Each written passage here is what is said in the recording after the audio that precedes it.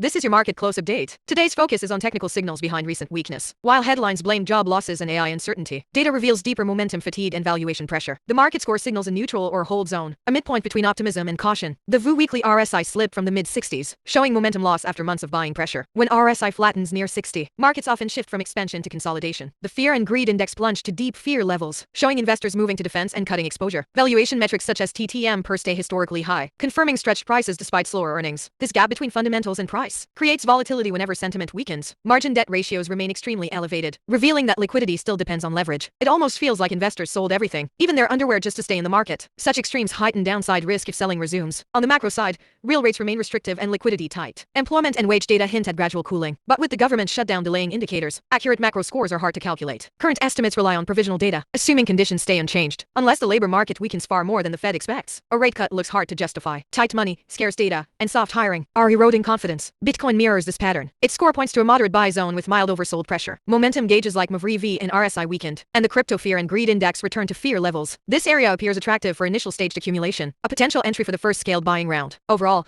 momentum is fading, valuations rich, and leverage risks rising. Not a full bearish turn yet, but a disciplined pause. From a trading view, the neutral hold zone favors caution and selective buys on deeper pullbacks, not aggression. Stay data driven, stay patient, manage exposure carefully. Investment decisions remain your responsibility.